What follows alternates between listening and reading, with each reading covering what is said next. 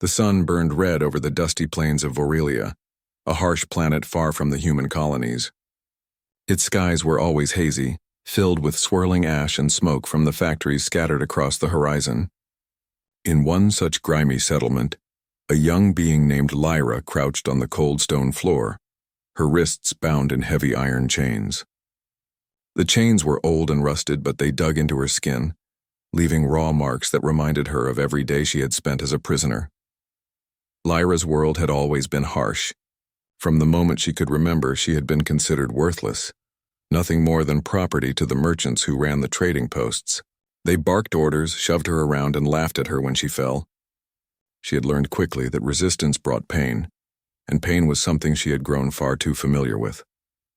Still, in the quiet corners of her mind, she held onto a small spark of hope, a belief that maybe somewhere out there, life could be different. The other slaves in the settlement had long lost that spark. They moved like shadows, eyes hollow, voices quiet, afraid to dream. Lyra, however, had a different kind of fire. When she washed the endless floors of the marketplace, she watched the stars appear each night and imagined them as doors. Doors to freedom. Doors to a life where no one could tell her she was less than anyone else. Move faster, a merchant's voice barked, echoing through the crowded stone hall. Lyra winced and pushed herself harder, scrubbing a stain from the floor. Her muscles ached, and her skin was raw from the constant labor, but she refused to give them the satisfaction of seeing her break. Despite the cruelty around her, Lyra had learned to observe. She noticed the way the traders handled other beings, the way they made deals, the patterns of their greed. In her quiet mind, she plotted not in anger but in hope. If she could survive, she could escape. If she could escape, maybe she could find something better. The settlement's central square was alive with noise that morning. Merchants shouted over the clamor, offering goods from across the galaxy, glittering metals, strange foods, and rare trinkets. Among them were other captured beings, chained and frightened. Lyra was one of the youngest, and because of that, she drew the sharpest attention from those who enjoyed showing power. A tall, burly trader approached her. He sneered, tugging at her chains. "You'll never be more than dirt under my boots," he said, his voice thick with amusement. Lyra said nothing, her eyes lowered, but her mind raced. She had heard this before. She would hear it again, yet the words no longer had the same weight. The merchant could call her dirt, but inside she still knew she was more. The market day dragged on. Lyra's hands were raw, her back ached, and yet she kept moving. Occasionally she would catch glimpses of travelers passing through, beings from distant worlds with strange clothing, unusual gadgets, and expressions of curiosity that made her heart quicken.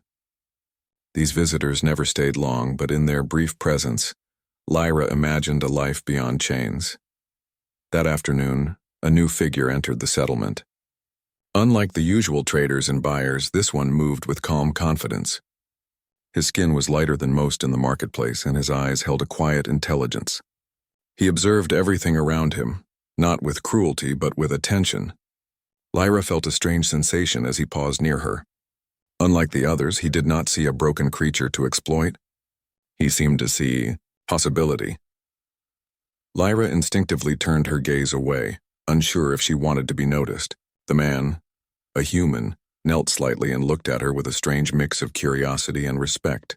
No words were spoken at first, but the gesture alone made Lyra's chest tighten. She had never seen anyone treat her like this, not as property, not as something to be used, but as someone who mattered. The sun dipped lower, casting long shadows across the square. As the day ended, the merchant who had claimed ownership of Lyra called out to him, demanding payment for her. The human remained calm, placing something small on the counter and speaking in a firm but polite voice. The merchant barked a protest, but the human's demeanor was unshakable. Lyra watched in disbelief as the chains that had bound her for so long were slowly unlocked. The weight that had pressed down on her arms and spirit for years lifted, and she felt an unfamiliar sensation. Hope. She did not yet know what lay ahead, or if the path would be easy, but for the first time, she felt a flicker of choice. As the human led her away from the settlement, the wind carried the scent of freedom and possibility. Lyra took a deep breath, feeling the iron chains fall away, leaving her arms bare for the first time in years. The sky above, though still tinged with red dust, seemed brighter. The stars she had dreamed of as a child were now within reach, and a part of her whispered that life could finally be different. She glanced at the human beside her, unsure what to say, unsure if she could trust him. Yet a small, steady voice inside her said one thing clearly. This was the beginning of something new. And for the first time in her life, Lyra dared to believe that the world might not be built to break her after all. The human ship was unlike anything Lyra had ever seen. It shimmered with smooth metal panels that reflected the dim light of the dusty skies outside. Its doors opened silently, welcoming her into a world that felt both strange and astonishing. Lyra's chains were gone, but the memory of them lingered. She moved cautiously, unsure of what this new life might demand. The human Alex gestured for her to step inside. "It's safe here," he said in a calm, gentle voice. "You don't have to be afraid." Lyra hesitated. Trust was something she had never known. Her whole life had been built on fear and submission. Every being she had encountered saw her as nothing more than a tool, a piece of property. Could this human be different? Could he be the first to see her for who she truly was? The ship's interior was warm and quiet. Unlike the noisy, crowded settlement she had just left, this place hummed softly, filled with blinking lights, smooth walls, and the subtle scent of clean air. Lyra's eyes wandered over the surroundings, taking in the strange devices and displays she could not begin to understand. Alex noticed her hesitation. "I know this is a lot," he said. "You've been through more than anyone should. But here you can rest. You can learn. You can be yourself." Lyra's voice trembled. Why would you care?" she asked. Her words were almost a whisper, but they carried a lifetime of hurt. Alex smiled, a small, reassuring smile. "Because everyone has value, even those others choose to ignore. You are not property. You are not dirt. You are someone with a mind, with feelings, with potential." Lyra stared at him. The words sounded impossible. She had never heard anyone speak to her like that. Her heart, so long hardened by fear, began to stir with something she thought had died years ago. Hope. Over the next hours, Alex showed her around the ship. He explained basic things about the controls, the rooms, and the safety measures. Lyra listened, fascinated but also cautious. She wanted to believe, but trust was fragile. Every step of freedom had to be earned. In the evening, Alex prepared a meal, simple but nourishing. Lyra had not eaten properly in weeks. The food smelled foreign yet inviting. She hesitated before sitting down. Alex gestured for her to join. "You deserve this," he said simply. As she ate, Lyra began to feel something she had not felt in years: comfort. Her stomach relaxed, her muscles loosened, and for the first time in a long while she felt safe. She watched Alex with curious eyes. He seemed human, but more than that, he seemed kind. The kind of kindness she had only read about in old stories of distant worlds. Days passed, and Lyra learned more about Alex and humans. He spoke of freedom, choice, and respect, concepts that were almost meaningless in her old life. He treated her as an equal, asking her opinion on simple decisions, including what she wanted to do. Lyra began to understand that this human did not see her as a slave. He saw her as a person. Slowly, she started to open up. She spoke of her past, of the chains and cruelty, of the endless labor and the hopelessness. Alex listened patiently, never interrupting, never judging. Lyra realized that sharing her story did not make her weak. It made her real. She was allowed to exist as herself, and for the first time, she felt that her voice mattered. One evening, as the ship floated silently above the red plains of Aurelia, Lyra and Alex watched the twin moons rise in the distance. "Do you ever wonder what it's like to live free?" Alex asked gently. Lyra thought for a moment. "I've dreamed of it," she said softly. "But I never believed it could be real." Alex placed a hand on her shoulder, not in control but in support. "It is real," he said, "and you deserve it." The words resonated deep within Lyra. She realized that freedom was not just the absence of chains, but the presence of trust, respect, and opportunity. For the first time, she could imagine a life where she made her own choices, where she could learn, grow, and explore. By the end of the week, Lyra had begun to train with Alex in simple skills. He taught her navigation, basic mechanics, and problem-solving exercises. Each lesson was designed to strengthen her mind and confidence, and Lyra found herself thriving in ways she had never imagined. Her body was strong, her mind sharp, and her spirit, though cautious, was finally beginning to bloom. At night, as she lay in her small quarters aboard the ship, Lyra reflected on her journey. She had been treated like dirt, chained and dismissed. Yet here she was, learning, growing, and being valued. It was as if the universe itself had offered her a second chance. And for the first time, she allowed herself to dream, not just of freedom, but of a future where she could make a difference. Lyra knew there would be challenges ahead. The settlement she had left behind was still filled with those who would never understand kindness. But with Alex by her side, she felt capable of facing anything. The human had not only freed her from chains, but he had also freed her from fear. And in that freedom, Lyra began to see the person she had always been inside, strong, clever, and worthy of a world she had only dared to imagine. The stars outside the ship stretched in endless patterns, sparkling against the dark void like tiny diamonds scattered across black velvet. Lyra sat near the viewport, her hands folded neatly in her lap. She still could not fully believe that this life, one without chains, without constant fear, was hers to claim. And yet, with each passing day aboard the human ship, the impossible seemed more real.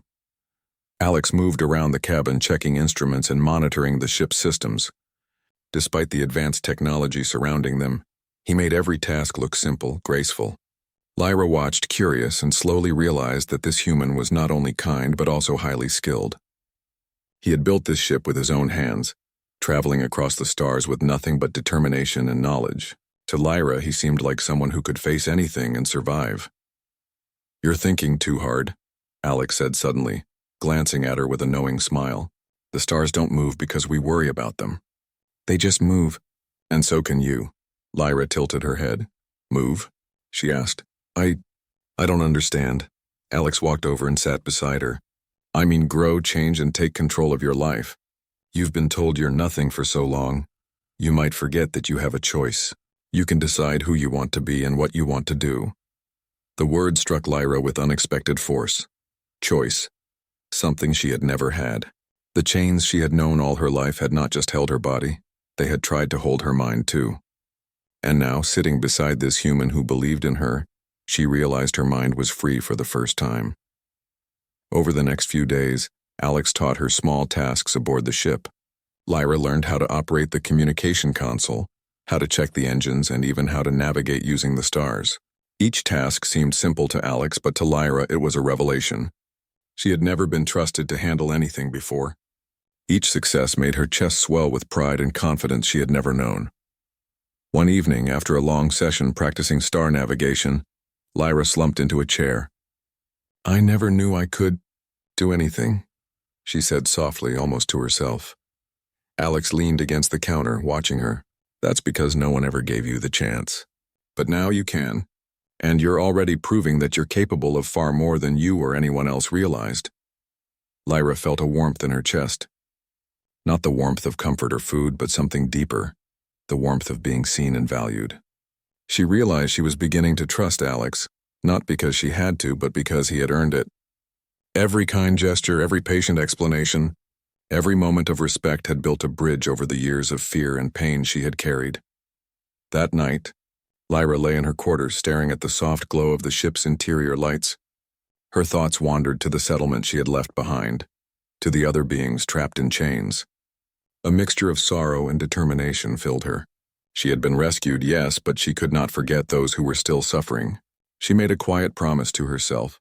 She would not allow anyone to take away her freedom, and she would find a way to help others if she could.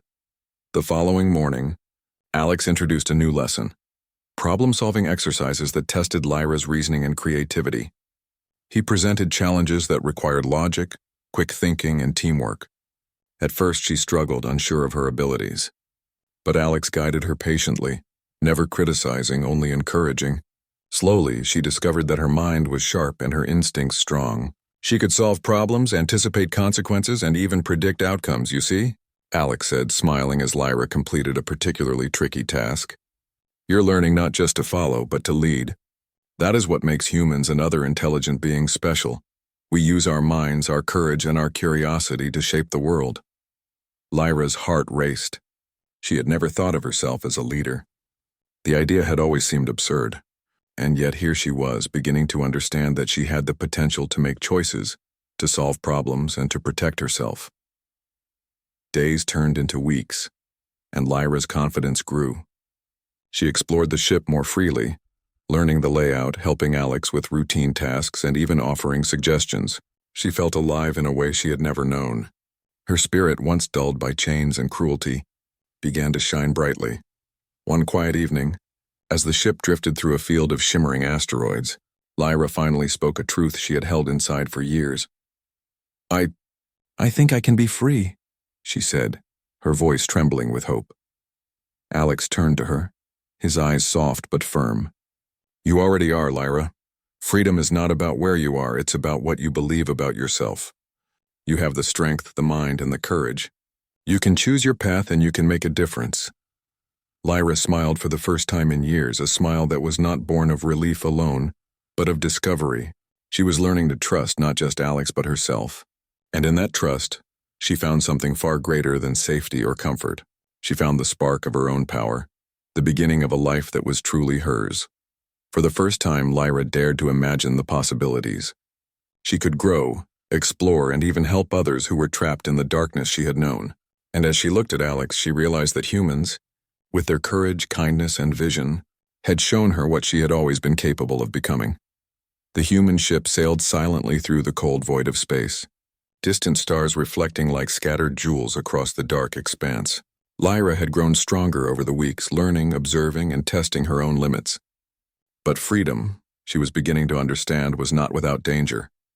The peace aboard the ship shattered one morning when the communication console emitted a sharp alarm.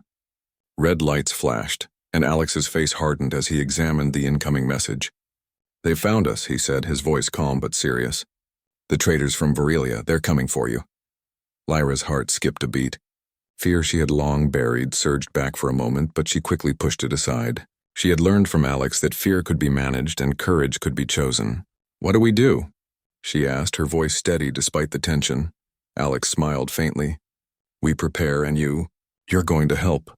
For the first time, Lyra realized that she was not merely a passenger. She was part of the ship's crew, part of the plan. She could act, not just react. Alex guided her through a series of defensive protocols. They reinforced the ship's shields, mapped escape routes, and prepared communication decoys to confuse any pursuers. Lyra watched closely, memorizing every instruction. She had never been trusted to handle responsibility before. In the settlement, even the smallest tasks were monitored and controlled. Now she was being relied upon, and she felt a surge of pride.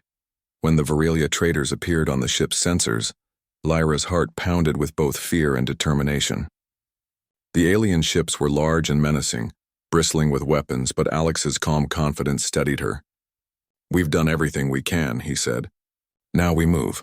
The first encounter was tense. Laser beams sliced through the darkness of space, ricocheting harmlessly off the ship's shields. Lyra followed Alex's instructions precisely, adjusting shields, monitoring energy levels, and even calculating evasive maneuvers. She felt her mind sharpen with each task, her instincts growing keener. At one point, a small breach appeared in the ship's hull near the cargo bay. Without hesitation, Lyra sprang into action. She secured the area, sealed the breach, and rerouted power to critical systems. The sense of accomplishment was intoxicating. She had acted decisively, saving both herself and the ship.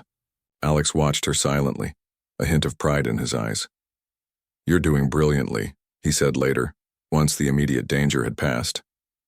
"You're not just following orders, you're thinking, planning, and protecting. That is what freedom demands. That is what courage looks like." Lyra felt a warmth spread through her chest.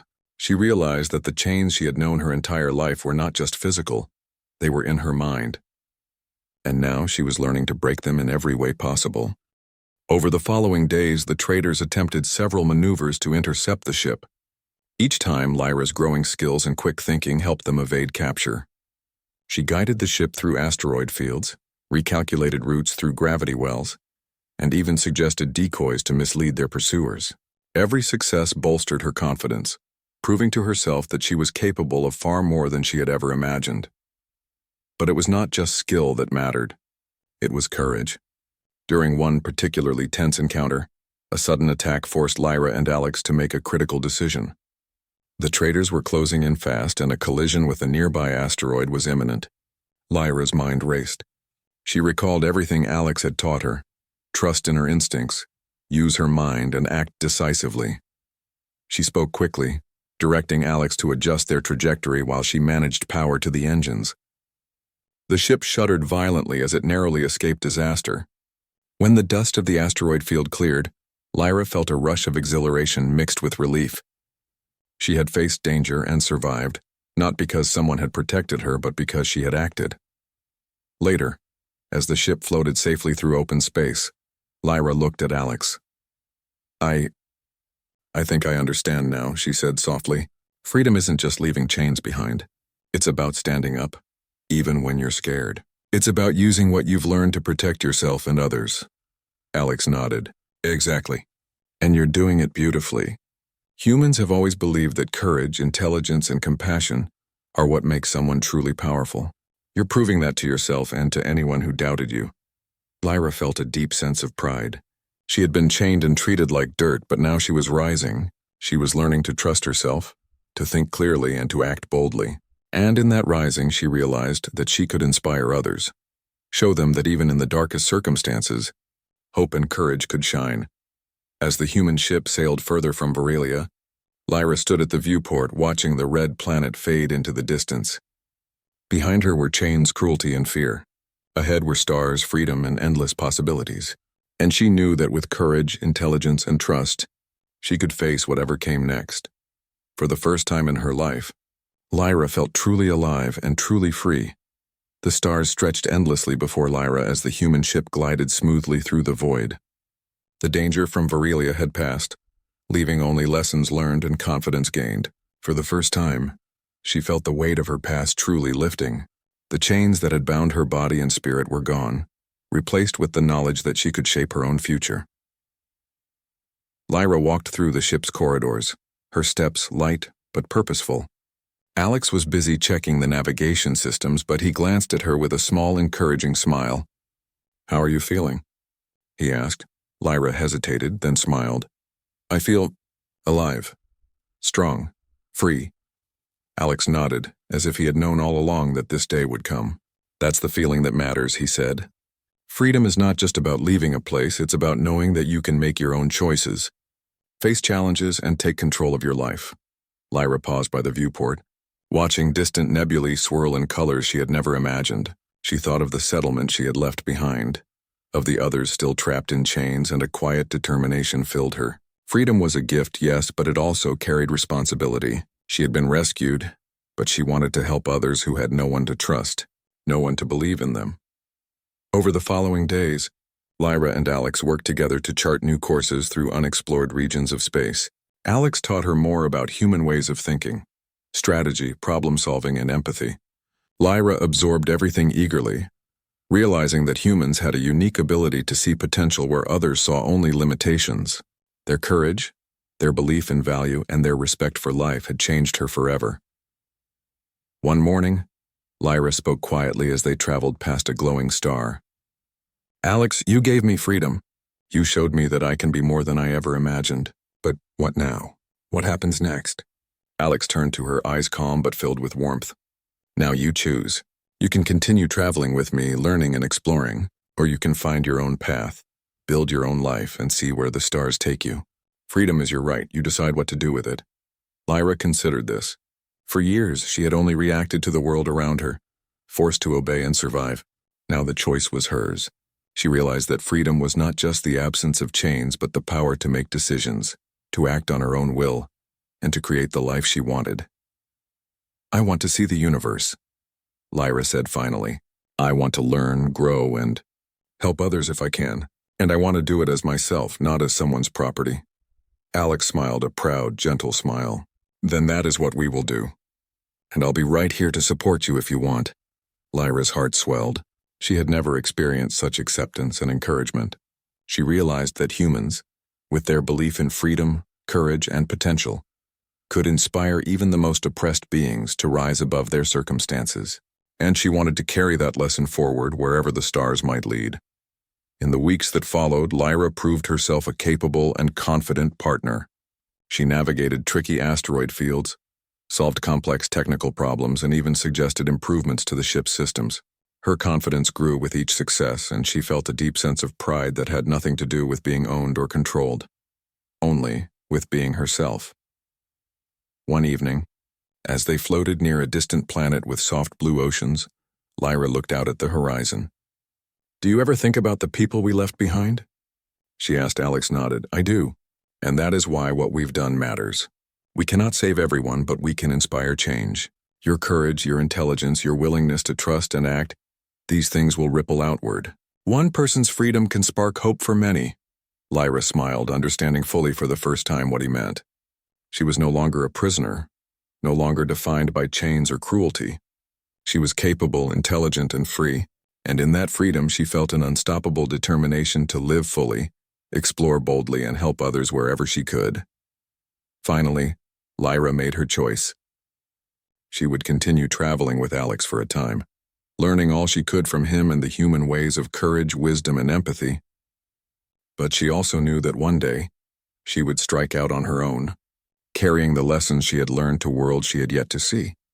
As the ship sailed into the unknown, Lyra stood at the viewport, watching stars and planets drift past. The past was behind her, the present filled with opportunity, and the future stretched endlessly, bright and full of possibility. She had been chained and treated like dirt, but now she understood the power of kindness, courage, and belief in one's own worth. Lyra took a deep breath, feeling the exhilaration of her first true freedom. For the first time in her life, she was not just surviving, she was living. And as the human ship glided through the glittering expanse of space, she knew that this was only the beginning of her journey. The stars waited for her, vast and endless, and so did the life she was ready to create.